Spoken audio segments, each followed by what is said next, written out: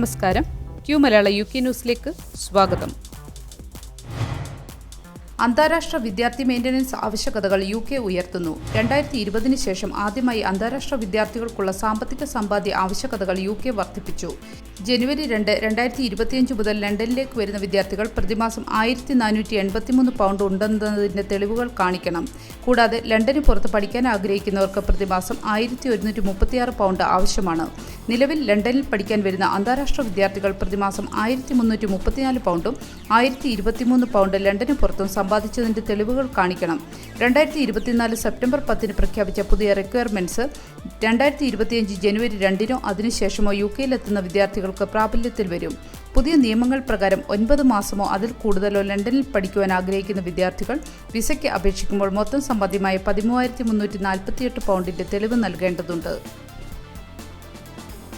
Rent reform നിയമം അടുത്ത സമ്മറിൽ പ്രാബല്യത്തിൽ. ലേബർ സർക്കാരിന്റെ പുതിയ റെന്റ് റിഫോം നിയമം അടുത്ത സമ്മറിൽ പ്രാബല്യത്തിൽ വരും. ഇതോടെ വാടകക്കാർക്ക് 3 മാസം വരെ വാടക നൽകാതെ വാടക വീട്ടിൽ താമസിക്കാൻ കഴിയും. നിലവിൽ തുടർച്ചയായി 2 മാസത്തിലധികം വാടക കുടിശ്ശിക വരുത്തിയാൽ വീട്ടുടമയ്ക്ക് വാടകക്കാരെ ഒഴിപ്പിക്കാൻ കഴിയും. അതേപോലെ വാടക കുടിശ്ശിക ഇപ്പോൾ 2 ആഴ്ച കാലത്തെ നോട്ടീസ് നൽകി ഒഴിപ്പിക്കാൻ കഴിയും. എന്നാൽ പുതിയ നിയമം പ്രാബല്യത്തിൽ വരുന്നതോടെ ഒഴിപ്പിക്കാൻ 4 ആഴ്ചത്തെ നോട്ടീസ് നൽകേണ്ടി വരും.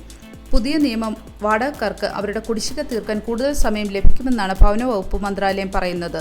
അതേസമയം ഇത് വീട്ടുടമസ്ഥർക്ക് ഗുണകരമാവില്ല എന്നാണ് ലാൻഡ് ലോർഡ് ആക്ഷൻ എന്ന നിയമസ്ഥാപനത്തിലെ നിയമവിദഗ്ധനായ പോൾ ഷാംപ്ലിന പറയുന്നത്.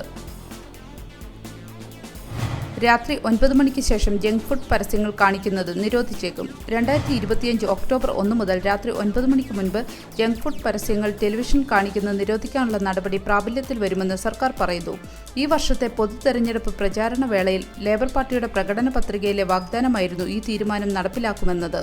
കുട്ടികളിലെ അമിതവണ്ണം നിയന്ത്രിക്കുന്നതിനായി പ്രവർത്തിക്കുന്ന royal society for public health നിരോധനത്തെ സ്വാഗതം ചെയ്തു.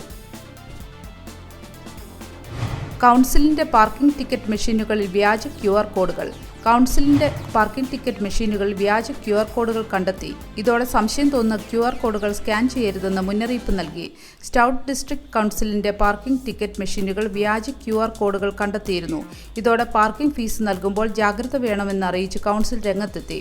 ഫൈൻ അടയ്ക്കണമെന്ന് ആവശ്യപ്പെട്ടുകൊണ്ടുള്ള വ്യാജ സന്ദേശങ്ങൾ അയച്ചുകൊണ്ടും തട്ടിപ്പ് നടക്കുന്നതായി കൗൺസിൽ അധികൃതർ അറിയിച്ചു.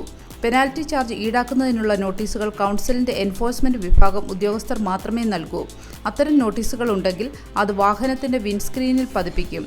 മെസ്സേജ് വരിക പതിവില്ല. QR കോഡ് സ്കാനിംഗ് തട്ടിപ്പുകളിൽ ജാഗ്രത വേണമെന്ന് അധികൃതർ പറയുന്നു. ഇന്ന് ഉത്രാടം. ആഘോഷപ്പൊലിമയിൽ ലണ്ടൻ ഓണം. പൂക്കളമൊരുക്കി ഓണത്തെ വരവേൽക്കാൻ ഒരുങ്ങുകയാണ് UKയിലെ വിവിധ പ്രദേശങ്ങളിലുള്ള മലയാളി അസോസിയേഷനുകൾ. സ്വാദിഷ്ടമായ ഓണസദ്യയും കുട്ടികളുടെയും മുതിർന്നവരുടെയും കലാപരിപാടികളും നാടൻ പാട്ടും കലാപരിപാടികളുമായി വേറിട്ട ആഘോഷമായി മലയാളികൾ ഇത്തവണത്തെ ഓണത്തെ വരവേൽക്കും. ലോകമെമ്പാടുമുള്ള മലയാളികൾ തങ്ങളുടെ സംസ്കാരം മറ്റുള്ളവരുമായി പങ്കിടുന്നതിന് ഓണാഘോഷങ്ങൾ സംഘടിപ്പിക്കുന്നു. വിവിധ മലയാളി അസോസിയേഷനുകൾ ഇന്ന് ഓണം ആഘോഷിക്കുന്നു. ഇതിനിടെ ഓണാഘോഷ വിളംബരവുമായി ലിവർപൂളിലെത്തിയ മാവേലിയുടെ വീഡിയോ സോഷ്യൽ മീഡിയയിൽ വൈറലായി. ബ്രിട്ടീഷ് സമൂഹത്തിൽ നിന്നടക്കം വലിയ സ്വീകരണമാണ് മാവേലിക്ക് ലിവർപൂൾ നഗരത്തിൽ ലഭിച്ചത്. ഉപഭോക്താക്കൾക്ക് ഉയർന്ന ബില്ലുകൾക്ക് കാരണമായി വോഡാഫോണും 3യും തമ്മിലുള്ള ലയനം.